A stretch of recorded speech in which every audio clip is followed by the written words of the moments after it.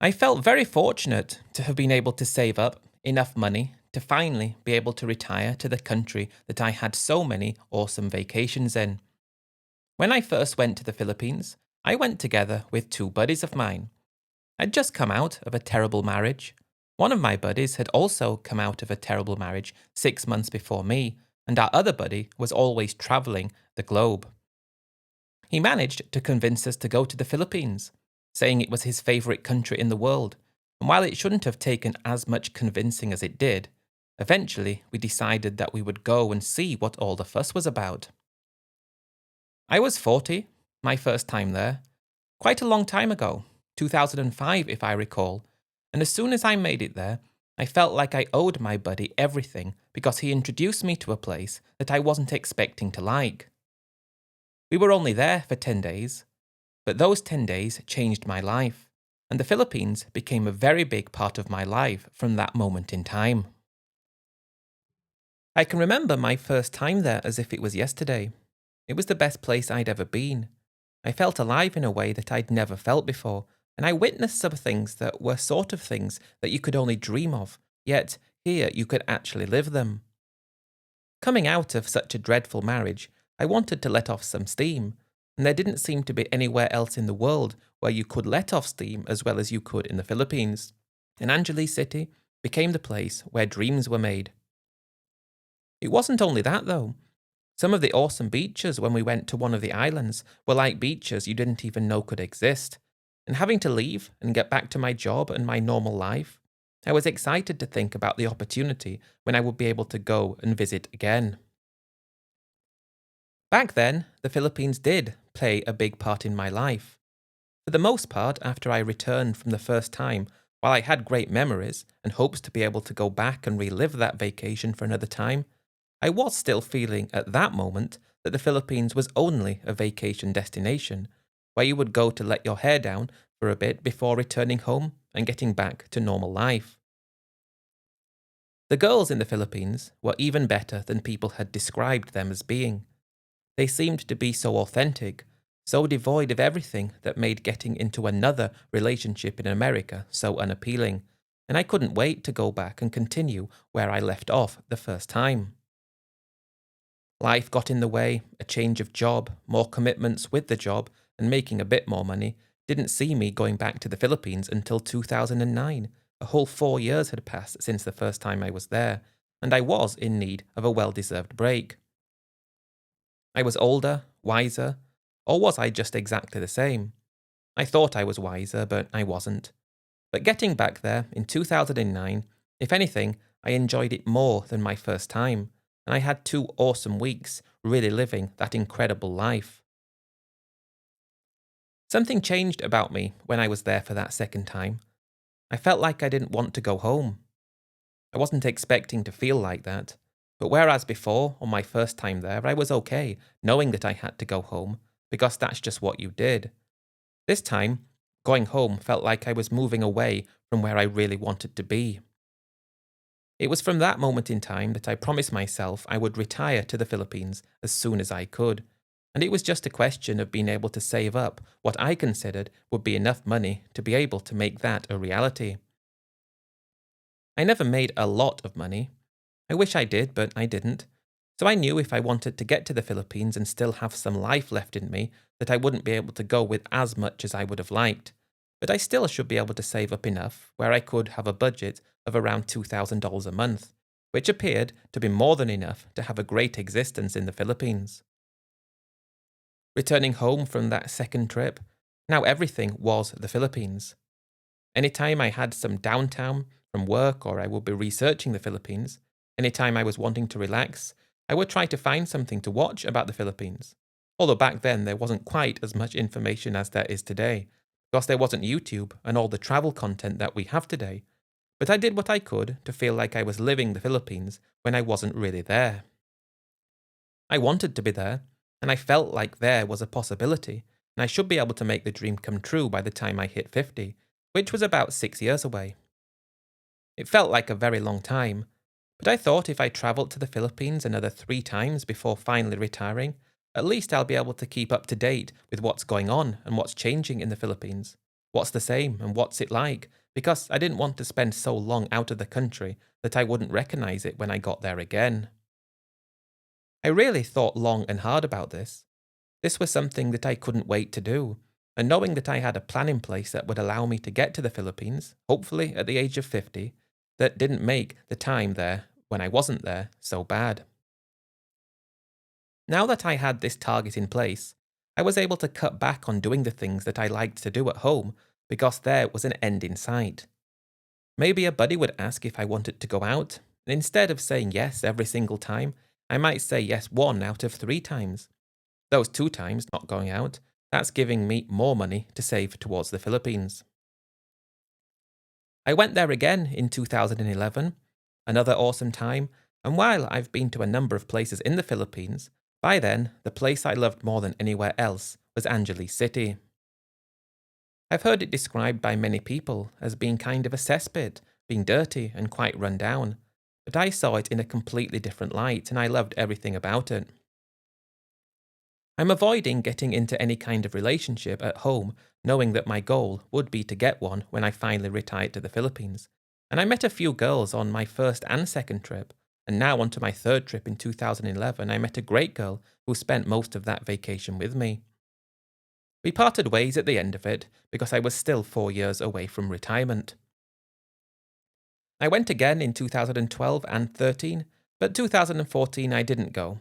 And by the time I hit my 50th birthday in 2015, I'd managed to save up approximately $350,000. To me, that was a lot of money. That represented my life's work.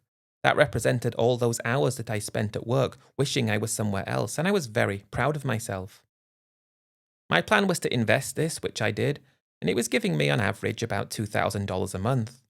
Some months it was a bit less, some months a bit more. When I found out this was actually working for me, what I mean by that is, I was actually getting this income from my investments while I was tying off loose ends before even moving to the Philippines. That was when I felt all that sacrifice had been worth it, because I could finally leave and move to the country that I'd spent all my free time thinking about. It's a very exciting time when you set yourself a target.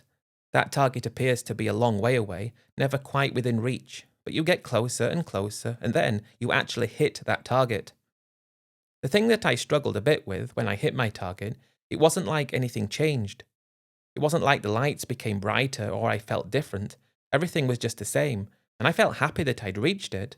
But if anything, it was a bit of an anticlimax because I was kind of hoping for recognition of hitting this target, because to me, it was a really big deal. The 2 buddies I went to the Philippines with originally, one of them had remarried at home, and at that time he seemed to be in quite a good position with his new wife. And the other buddy, who had just travelled most of his life, had actually finally settled down in Vietnam. So I was looking forward to being able to go and see him in Vietnam, because I'd never been there before. In fact, I'd only ever really been to the Philippines that was so far away from home. I'd never been anywhere else in Asia, and that was one of the things I was looking forward to being able to do.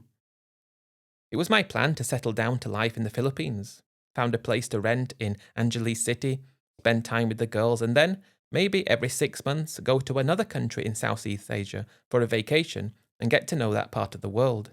Just really enjoy this well-deserved and hard-fought-for retirement that I'd been dreaming about for so long. There's no better feeling than going and boarding a plane knowing you're about to start doing something you've always wanted to do. You've always felt was just that little bit too far away. The rush of adrenaline when the plane takes off and your imagination is going wild about all the adventures and all the experiences that you're going to have over the next however many years you have left. If only by doing this there was some kind of guarantee that things couldn't go wrong. I had absolutely no idea that things were going to go wrong, because if I had, I would have been so much more careful. It really is upsetting to know that that moment in time was like the pinnacle of my life. And while I had some really great times to start with, I never really had that same feeling of excitement that I did when I boarded the plane and the plane took off. I was always searching to replicate that feeling, to relive that feeling in any way I could. But things happened and things changed and things moved forward, and I made some stupid decisions and I did some really stupid things. I think I'd bigged up the Philippines as being the answer to all my problems, and that there is no way anything bad could happen to me. No way anybody would do anything bad to me, because this was my life's work and my life's dreams. But things happen. I felt amazing when I finally arrived as a retiree. 50 years old, so I thought I was a young retiree, and the first thing I did was let loose a bit in Manila for a few days. I then went down to the beach, week there, before going to Angeles City where I planned to spend the bulk of my time. The thing I liked most about Angeles City was that there seemed to be many different things that you could do there. As a single guy, I loved walking street. I loved to be able to feel like I was living in a hive of activity and there was always something going on. I think that's the thing from back at home that I missed. Because we were already at such a high level of development, any time something new was built, it was like take it easy and slowly away. But in Angeles City, everything was full steam ahead. There was always something happening, always something new appearing, and it felt good to be able to be somewhere in that stage of development, with the understanding that the longer you stay there, the more you're going to be able to grow with the community and the city. And I was excited to be able to watch it change and grow over the course of my retirement. I didn't have any firm plans to try to find a girlfriend or a wife, but I was open to the possibility, because one of the things I loved about the Philippines were the girls. I thought they were the most beautiful girls out of any country in the world, so if I met someone and I liked them and they liked me, then I didn't want to completely write off those feelings and concentrate on myself. I just wanted to take things as they came and be open to anything that came my way. If I went away for a week like I planned and found a different country that I liked, perhaps I would split my time between the two. There wasn't anything that was set in stone that I had to do. At that time, according to all the information that I had and all the opinions that I held, I wanted to spend the rest of my life in Angeles City and travel around a bit. But I didn't have that locked in where I wouldn't change my mind if something happened. I think that's what I'm trying to say. I got into quite a good routine when I arrived there. I went out 2 times a week on Wednesdays and Saturdays to the bars so I could spend time with the girls. On Sunday, I would try to meet up with other expats and build friendships and maybe go and play golf. And on the other days, I would do whatever I felt like doing that was within my budget. I developed my favourite places to go, where I could get affordable food that I liked, and I didn't really want for anything. I wasn't bored. I was happy. I was living the dream. I think that would be the best way to describe the starting point of my retirement. I really was living the dream, and I lived that dream for 6 whole months when I'd planned to go and visit my buddy in Vietnam. I flew into Saigon, and it was great to be able to catch up with my buddy. He had great success very early on in his life with a business that he sold, and he'd just been travelling ever since. He preferred Southeast Asia than anywhere else, preferred the Philippines, he said, until he met a girl in Vietnam and decided to live with her. I never saw him as a guy who would ever settle down, but he was just living his dream. Far more money than I ever had, but he worked hard and he deserved it, and I wasn't bitter. But the reason I was there was just to see something different, and Vietnam was so different to the Philippines. I don't know why I expected it to be quite similar, because it was still Southeast Asia, but I really had a good time there, and I was starting to think about where I was going to go next for a week after another 6 months back in the Philippines. $2,000 a month that I had to live on, I'm finding is more than enough to be able to live this existence. In fact, some months I don't even spend that amount, and even when I went to Vietnam, after paying for the tickets to get there and a hotel for a week, I still didn't spend $2,000 that month, so I was quite confident that life can only get better from there. When I got back to the Philippines and got back to my place, I just continued with that existence, feeling like I'm the luckiest guy in the world for being able to actually live like this. I continued following the same routine that I had on which day of the week I would do specific things, and I did have a number of casual girlfriends from ever since I arrived, but I never felt like anything more than just casual when I met them.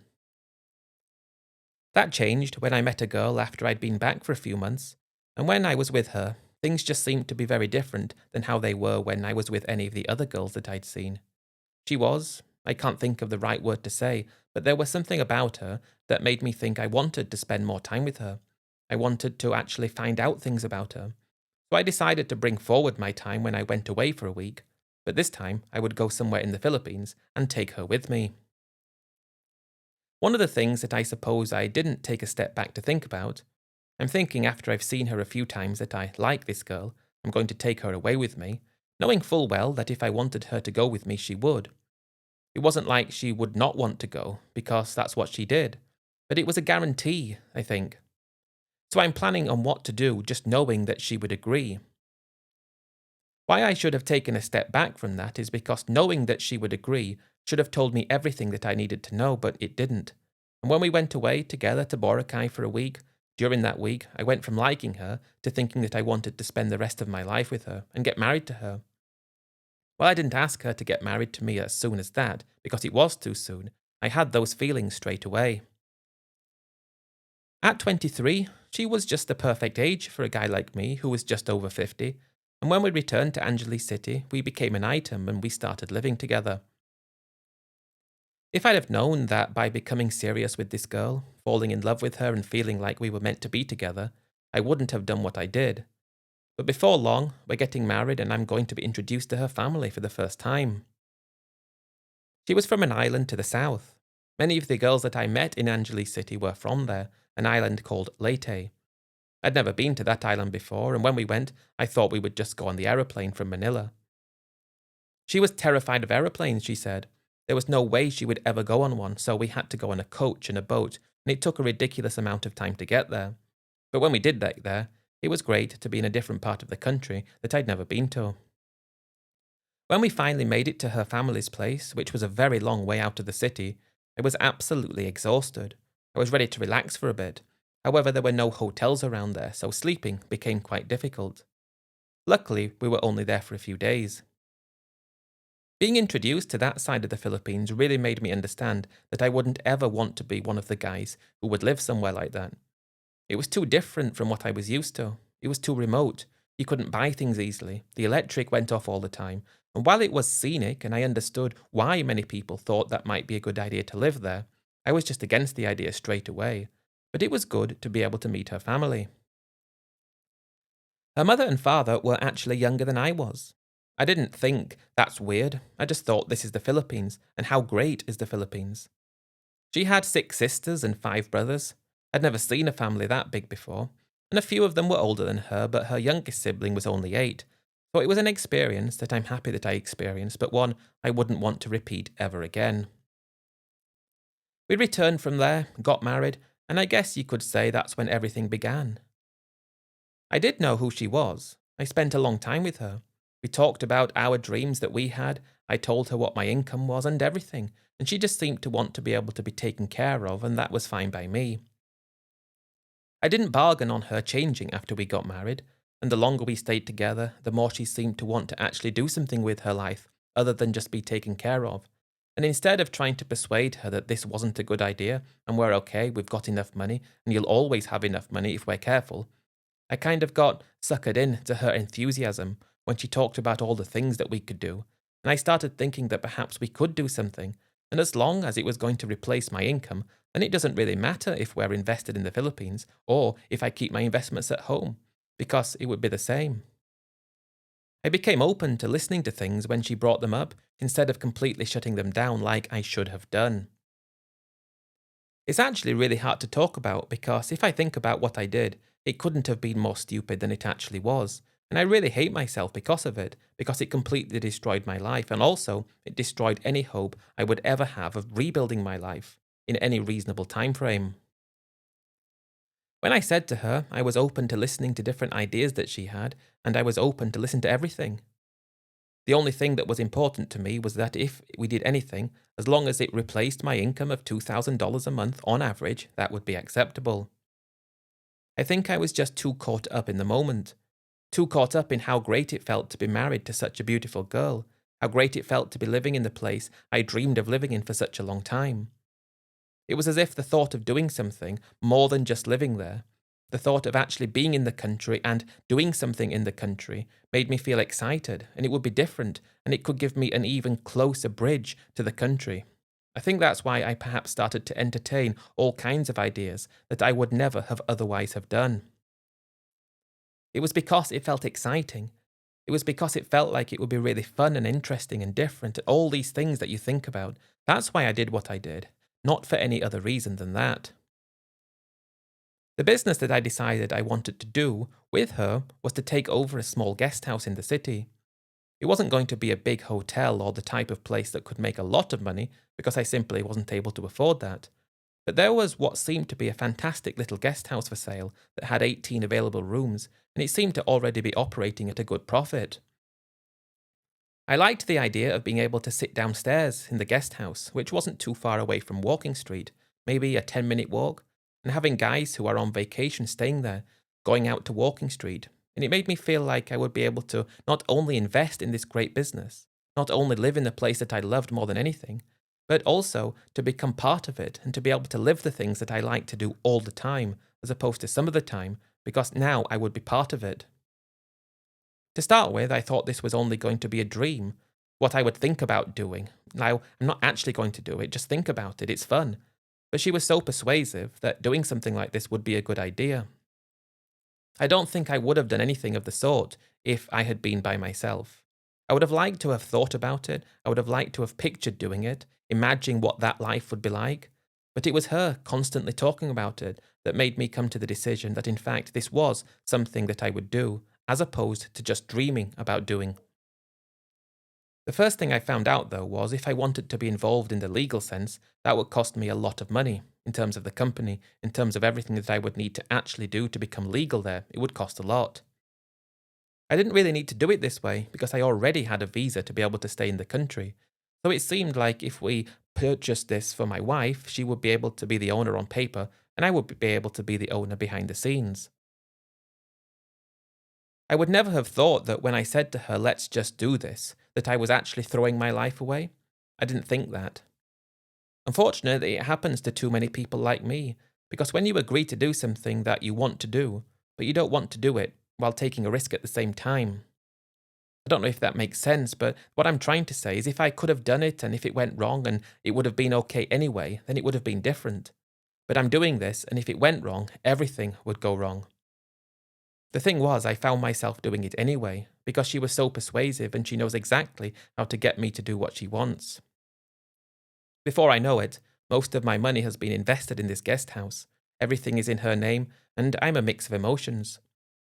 On the one hand, I'm very excited to actually think what's going to happen when this starts to operate under our ownership. But on the other hand, I'm very concerned thinking about what would happen if it doesn't go according to plan. The thing that I didn't bank on was just how quickly things would go wrong. Things appeared to be going very well to start with, though. When we took ownership, it didn't need any other investment because it was already a going concern. It didn't need us to put any extra money into it, and it was just a question of taking over and getting the money. We had people staying at the place regularly. We're not 100% occupied, but we're not doing too badly. And when I worked out after the first month that we've made a good profit, and I actually held that money in my hand, that's when I started to relax a bit and understand that I had made the right decision. I think it was that sense of relief that came over me that yes, this has worked, this is going to be okay. And because it actually made more than what I expected it to for the first couple of months, I just kind of left my wife to get on with it, and I spent my time socializing more, meeting friends, and also going to the bars occasionally, but just to drink. We had staff that worked there, so my wife's not working there all the time, but I was able to just leave her in charge because she seemed to be doing a very good job of managing it.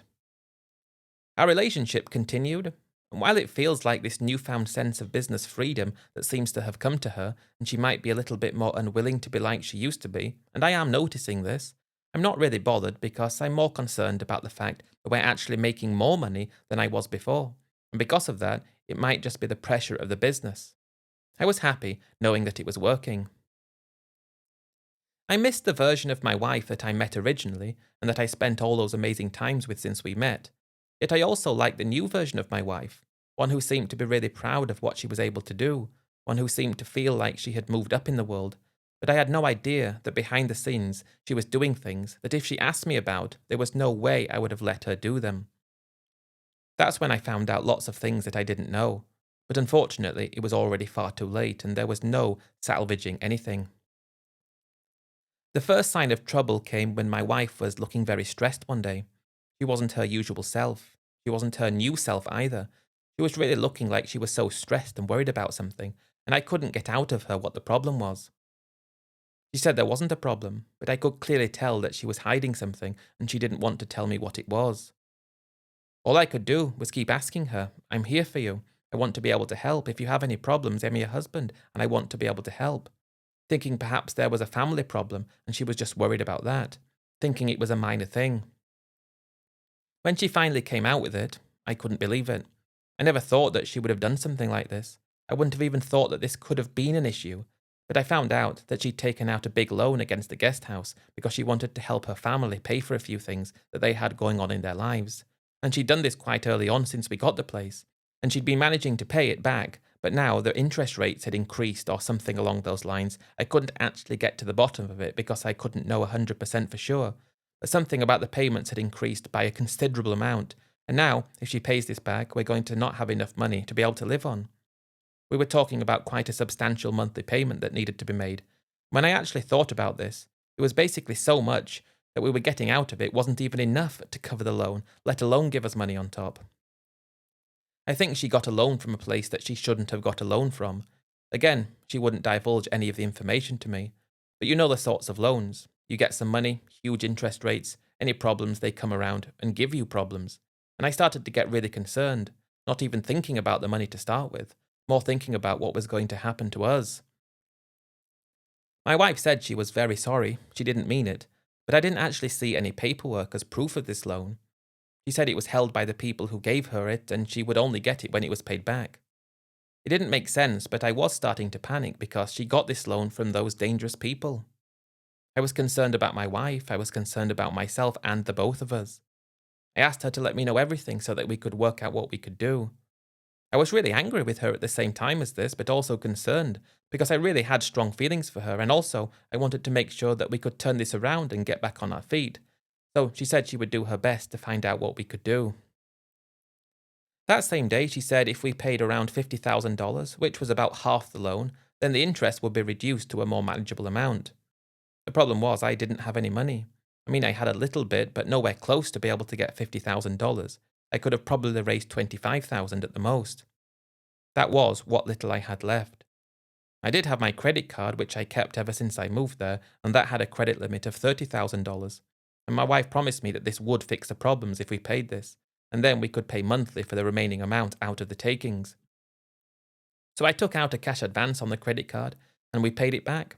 I mean, I gave it to my wife, and she said she went to pay it, and I thought everything was good, apart from this concern that now we owe money on the credit card, as well as this loan, but my wife promised me that everything would be good. It appeared to be for 2 or 3 months, until she said the interest had gone back up and now we need to pay the same again. She wouldn't even tell me what the total amount was, and I didn't even think that this was just a fabrication or a lie, but it got to the point where I owed money on the credit card, and now I don't have any money to pay the payments for this loan. And I did, for the first 3 months it seemed to be going okay, since we paid back that, but now I don't because she's saying all this money is going to pay for the loan again, and it was going to be never ending. At the same time as this, she's not acting the same way because apparently she must be worried. I was worried, and we're falling out because we're living on nothing.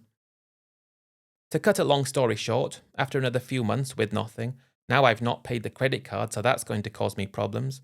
We've not got money left over after she's paying this back, and we're fighting all the time, really badly about the situation, and it kind of fell apart from there. Because there was a loan against this place, it's not like I could force her to sell it. And it was just one day when it went from hanging on hoping for the best to understanding that I don't have enough money to live anymore and I owe money as well. So because we're not getting on together, all I could do was leave and try to get away from there. I went back home, and now I have the problem of no money and owing money and ruining my credit. So what started out as a ruined retirement and a ruined life, now I had even more problems because there was no way I was going to be able to build myself up again because I was already too old to be able to start again properly. I couldn't contact her. I was worried about her even though I hated her at this point, and the buddy of mine who was in Vietnam said he would go and check up on her and see if everything was good. I sent him a picture of what she looked like. She'd never seen him before, so I thought that would be very nice of him to go and try. What I found out, though, was the worst of it. My buddy was a very wealthy guy, very good looking, very charming, and I told him to try and find out exactly what the problem was, and if it was going to be fixed soon. He managed to use his charms to get close to her, I mean, going in and staying at the place, speaking to her, and just trying to get to the bottom of things, asking how the business was going, not anything else, just being friendly.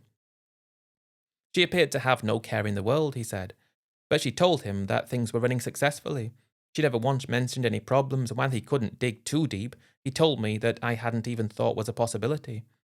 I think she set you up. I think that loan wasn't even a real thing, and she was just using it as an excuse to get rid of you, as well as other money out of you.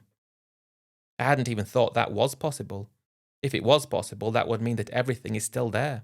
I'm married to her, so I should be able to get some money back.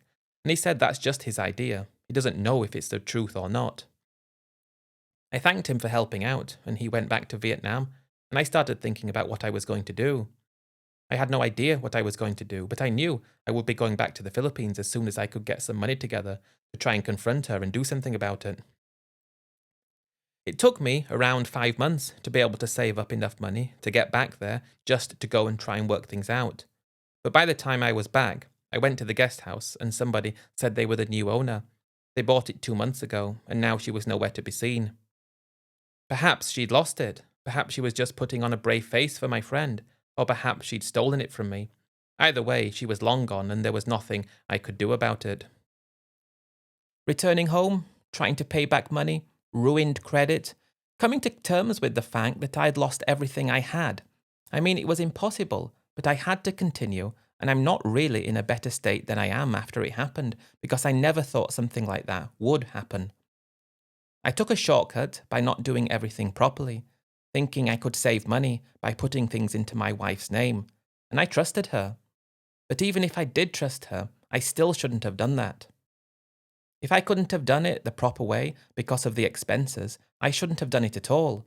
And I wish I could change things, but I can't. She completely ruined my life, in the Philippines and at home. And when my dream of living in the Philippines finally came true, it was great. But now I can't even live there anymore because I don't have enough money. Even now, after all this time, I don't have enough money to live there the way I want to. And it was all because of her. Thanks everyone for tuning in to today's Let's Talk Philippines story. And as always, let's keep real storytelling alive. No AI here. Thanks everyone. Really appreciate it.